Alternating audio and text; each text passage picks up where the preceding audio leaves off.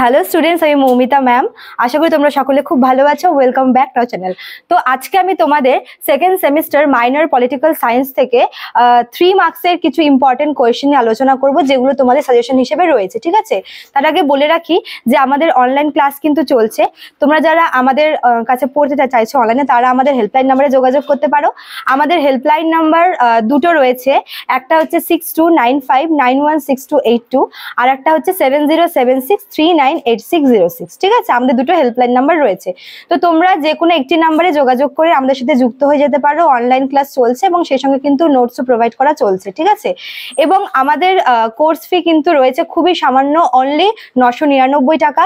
তোমরা কিন্তু এই টাকাতে শুধুমাত্র মেজর না, তোমরা মাইনর, এসিসি, এইসি, এমডিসি সবটাই কিন্তু পেয়ে যাচ্ছ। ঠিক আছে, এবং আমাদের কোর্সের ডিউরেশন হচ্ছে 6 মান্থে, 6 মাস চলবে আমাদের কোর্স। 4 মাস কিন্তু অলরেডি চলছে এবং তোমাদের এক্সাম কিন্তু মাত্র 2 মাস বাকি। ঠিক আছে, তো তোমরা দেরি না করে ঝটপট আমাদের হেল্পলাইন নাম্বারে যোগাযোগ করে যুক্ত হয়ে যাও। চলো টপিকে ফিরে আসি। যেটা বলছিলাম যে আজকে আমি তোমাদের মাইনর পলিটিক্যাল সায়েন্স থেকে সেকেন্ড সেমিস্টারের 3 নম্বরের কিছু ইম্পর্টেন্ট কোয়েশ্চেনগুলো নিয়ে আলোচনা করব। ঠিক আছে, তো দেখো প্রথমে 1 নম্বরে যেটা রয়েছে সেটা হচ্ছে রাজনৈতিক তত্ত্বের সংজ্ঞা। ঠিক আছে, রাজনৈতিক তত্ত্বের সংজ্ঞা দাও।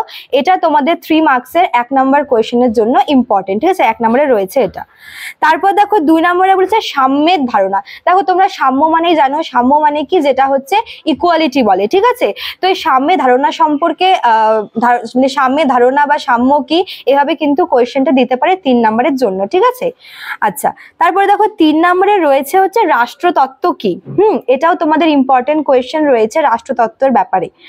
আচ্ছা, তারপর দেখো 4 নম্বরে রয়েছে সংশোধনমূলক উদারনীতিবাদ। এটা তোমাদের রয়েছে 4 নম্বরে, সংশোধনমূলক উদারনীতিবাদ।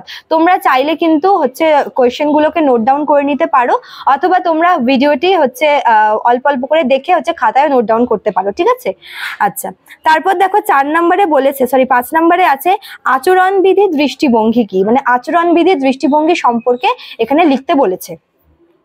তারপর দেখো 6 নম্বরে বলেছে ন্যায়ের উৎস। ন্যায়, যেটাকে হচ্ছে জাস্টিস বলা হয়, তো ন্যায়ের উৎস সম্পর্কে একটা টিকা মতো আসতে পারে তোমাদের। ঠিক আছে, 3 নম্বরের এটা আসতে পারে, এটা কিন্তু ইম্পর্টেন্ট।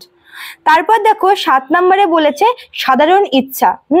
এটাও একটা টিকা মতো তোমাদের আসতে পারে 3 নম্বরের জন্য, সাধারণ ইচ্ছার ব্যাপারে। তারপর দেখো 8 নম্বরে রয়েছে স্বাধীনতা আর হচ্ছে ন্যায়ের অর্থ কি। 8 নম্বরে তোমাদের রয়েছে হচ্ছে লিবার্টি কি, লিবার্টি বা স্বাধীনতা কি, এবং এই ধারণা সম্পর্কে তোমাদের রয়েছে 8 নম্বরে। আর 9 নম্বরে তোমাদের রয়েছে হচ্ছে ন্যায়ের অর্থ কি। দেখো তোমাদের আমি 6 নম্বরে বললাম ন্যায়ের উৎস কি, ওটা কিন্তু অরিজিনটা চেয়েছে, ন্যায়ের বিভিন্ন উৎসগুলো সম্পর্কে। আর 9 নম্বরে তোমাদের রেখেছি হচ্ছে ন্যায়ের অর্থ কি, মানে ন্যায় বলতে কি বোঝো, এর সংজ্ঞাটা। ঠিক আছে, আচ্ছা তারপর দেখো 10 নম্বরে বলেছে ন্যায়ের বিভিন্ন রূপ সম্পর্কে লেখো। দেখো ন্যায় থেকেই কিন্তু 3-4টা কোয়েশ্চেন এখান থেকে আমরা পেয়ে যাচ্ছি। ঠিক আছে, ন্যায় বলতে কি বোঝো, মানে ন্যায়ের ধারণা, তারপর হচ্ছে ন্যায়ের উৎস সম্পর্কে, এবং হচ্ছে ন্যায়ের বিভিন্ন রূপগুলি। এই 3টেই কিন্তু তোমাদের আলাদা আলাদা করে দেওয়া আছে 3 নম্বরের কোয়েশ্চেনের জন্য। তারপর দেখো 11 নম্বরে বলেছে উদারনীতিবাদ সম্পর্কে লেখো। ঠিক আছে, আগেরটা ছিল কি সংশোধনমূলক উদারনীতিবাদ। ঠিক আছে, আর এটা হচ্ছে তোমার শুধুমাত্র উদারনীতিবাদ সম্পর্কে লিখতে বলেছে। আচ্ছা, তারপরে দেখো 12 নম্বরে বলেছে হচ্ছে জাতীয়তাবাদ বলতে কি বোঝো, জাতীয়তাবাদ সংজ্ঞাটা বা জাতীয়তাবাদের কনসেপ্টটা কি, সেটা কিন্তু তোমাদের 12 নম্বরে দেওয়া রয়েছে। আচ্ছা, 13 নম্বরে দেখো রয়েছে বহু সংস্কৃতিবাদ বলতে কি বোঝো বা বহু সংস্কৃতিবাদ কি বলে। এটাও কিন্তু তোমাদের ইম্পর্টেন্ট রয়েছে 3 নম্বরের কোয়েশ্চেন হিসেবে। তারপরে দেখো 14 নম্বরে বলছে যে রাষ্ট্রের বিলুপ্তি সম্পর্কে লেখো। রাষ্ট্রের বিলুপ্তি সম্পর্কে এটা টিকা মতো করে তোমাদের আসতে পারে 3 নম্বরের কোয়েশ্চেন হিসেবে, এটা কিন্তু ইম্পর্টেন্ট। তারপর দেখো 15 নম্বরে রয়েছে আদর্শ স্থাপনকারী দৃষ্টিভঙ্গি। ঠিক আছে, আদর্শ স্থাপনকারী দৃষ্টিভঙ্গি সম্পর্কে তোমাদের এখানে লিখতে বলেছে। এটা হচ্ছে দৃষ্টিভঙ্গিগুলি সম্পর্কে লিখো, বা দৃষ্টিভঙ্গিগুলি কি, আদর্শ স্থাপনকারী দৃষ্টিভঙ্গি কি, এভাবেও তোমাদের দিতে পারে। ঠিক আছে, আচ্ছা তারপরে দেখো 16 নম্বরে বলেছে রাষ্ট্র ও সমাজের মধ্যে পার্থক্য লেখো, মানে রাষ্ট্র কি এবং সমাজ কি, দুটোর মধ্যে পার্থক্য কি। তো তোমাদের আগে রাষ্ট্র সম্পর্কেও জানতে হবে ভালো করে, সমাজ সম্পর্কে জানতে হবে, তারপরে তোমরা কি এটা ডিফারেন্সিয়েটটা করতে পারবে। ঠিক আছে, তো রাষ্ট্র এবং সমাজের পার্থক্যটা কিন্তু তোমাদের 3 নম্বরের জন্য ইম্পর্টেন্ট। তারপরে দেখো রয়েছে হচ্ছে সমাজতত্ত্বের বৈশিষ্ট্য কি। একটা করালাম হচ্ছে রাষ্ট্রতত্ত্বের ব্যাপারে লেখো, আর এটা হচ্ছে তোমার সমাজতত্ত্ব, ঠিক আছে, দুটো কিন্তু আলাদা। তো সমাজতত্ত্ব এবং রাষ্ট্রতত্ত্ব এই দুটোই কিন্তু তোমাদের 3 নম্বরের মানে কোয়েশ্চেনের জন্য ইম্পর্টেন্ট।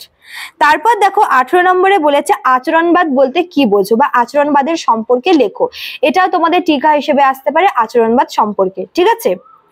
এবং তোমাদের 3 নম্বরের কোয়েশ্চেনের জন্য লাস্ট যেটা রয়েছে সেটা হচ্ছে উত্তর আচরণবাদ সম্পর্কে। আচরণবাদ একটা রয়েছে, আর একটা হচ্ছে উত্তর আচরণবাদ সম্পর্কে লেখো, ঠিক আছে, দুটা কিন্তু আলাদা।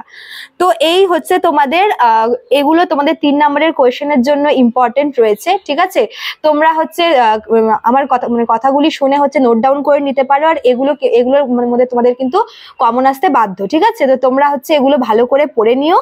আর ভিডিওটি ভালো লাগলে তোমরা অবশ্যই লাইক কমেন্ট করবে, শেয়ার করবে, চ্যানেলটি নিউ হলে পরে সাবস্ক্রাইব করে দিয়ে পাশে থাকা বেল আইকন ক্লিক করে অল করে দিও। দেখা হচ্ছে নতুন ক্লাস নিয়ে, নতুন ভিডিও নিয়ে। Thank you.